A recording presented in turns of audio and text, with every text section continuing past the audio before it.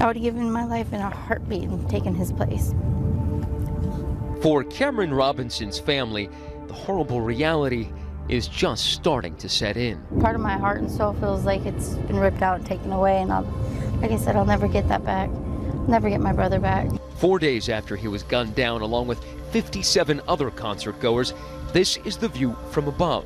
When you look into those fairgrounds, you see the evidence of that family-friendly festival. You see strollers and walkers. That Las Vegas fairground is still an active crime scene. Right now, there are still FBI forensics teams combing in groups through that fairgrounds. They're trying to make sure that they don't miss a single piece of evidence. Go now!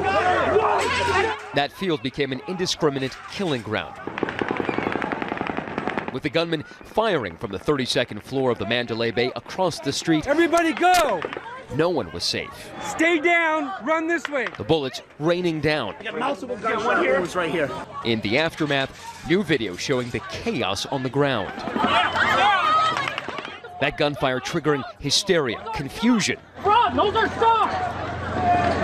Run, don't walk! Police officers screaming to those concert goers that they are under attack. Everybody go! Get up! Let's go! Get up! This video was shot by Ray Page, who went to get his truck parked nearby, driving it back into the kill zone, turning it into a makeshift ambulance. Right here, come in here. The wounded loaded in, one after another. Do we have any other wounded people we need to take? Not right now. Ray then jumps behind the wheel, drives down the strip, bringing them to paramedics. I got 5 wounded. Gunshot wound in the chest here. Law enforcement is scavenging for clues to how 64-year-old Stephen Paddock pulled off a mass killing of this magnitude. It's troublesome that this individual was able to move this amount of gear into a hotel room unassisted. At least 10 bags stuffed with 23 guns and stockpiles of ammunition found at his Mandalay Bay hotel room. There's a guy shooting from the Mandalay Bay. But how did no one notice?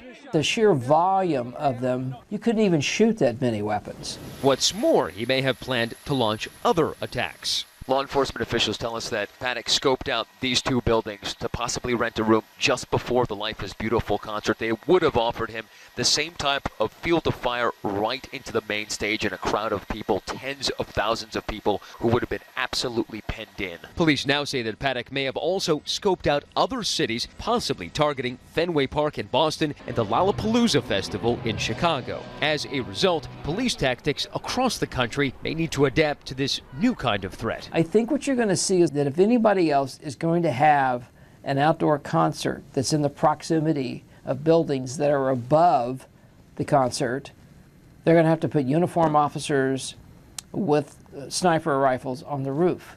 Days into the investigation, the shooter's motive remains a mystery, but authorities have ruled out financial problems, and they hope Paddock's live-in girlfriend, Mary Lou Danley, can provide answers. That despite her repeated denials of knowing anything about his plans.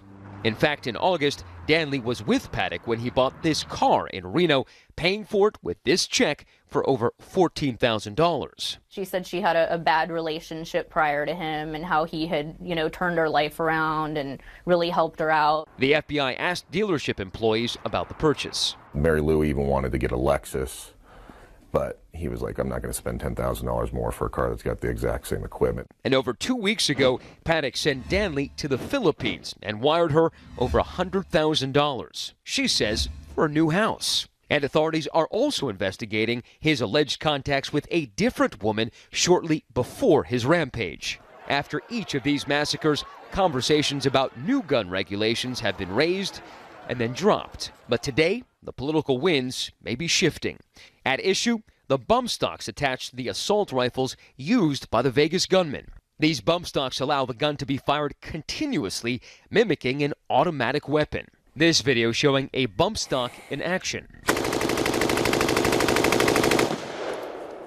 Earlier this week, President Trump said it wasn't the time to talk about gun control. President, is America have a gun violence problem? But we're not going to talk about that today. But on Capitol Hill, Republican Congressman Carlos Curbelo from Florida says he plans to introduce bipartisan legislation banning bump stocks. The goal is to prohibit these deadly devices that caused so much death and destruction in Las Vegas earlier this week. Most members on both sides of the aisle agree that this is a blatant circumvention of the law, and we want to close this loophole.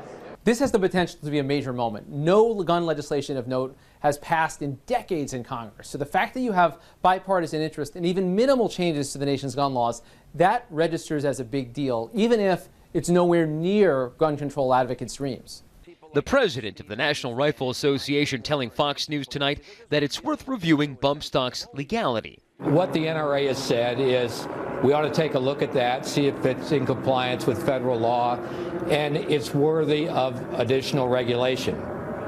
That being said, we didn't say ban, we didn't say confiscate. Even President Trump may be changing his tune. We'll be looking into that over the next short period of time. This issue has come to the forefront, and there's no avoiding it for the White House. And that's why you see the White House now saying they want to be part of this conversation. They want to engage in the conversation. This latest massacre, all too familiar for families with lost loved ones in similar horrors. They've come to Las Vegas to provide support. If you were there at the shooting, you're traumatized. I don't care if you were hit. I don't care if you lost a loved one. If you were there, you still were traumatized. Lonnie and Sandy Phillips lost their daughter, Jessica, in the 2012 Aurora, Colorado movie theater shooting. You look at those numbers and you know what some other mother is feeling at that very moment, and you have walked in those steps. You know what another father is feeling, a brother, children who lost their mother and can't possibly wrap their brains around what has happened. And then you get angry, and then you take a deep breath and you go to work. That's what they did, banding together under the name Survivors Empowered and offering empathy to victims' families. We tell them up front that we're not here to provide any kind of mental health services to you. We're here just mother to mother, father to father, sister to sister, and help you through the initial shock of what you're experiencing now and what you're going to be experiencing in the next few months. And around the country, others are looking for ways to pitch in. The Las Vegas Victims Fund has raised more than $9 million in just 3 days. But it'll take more than money to heal the wounds here. For Nightline, I'm Matt Gutman in Las Vegas. Indeed. And 2020 will air a special documentary presentation with brand new first-person accounts on the heroism amid the tragedy. What Happened in Vegas airs tomorrow at 10 p.m. Eastern, 9 Central. Hi, everyone. George Stephanopoulos here. Thanks for checking out the ABC News YouTube channel. If you'd like to get more videos, show highlights, and watch live event coverage, click on the right over here to subscribe to our channel. And don't forget to download the ABC News app for breaking news alerts. Thanks for watching.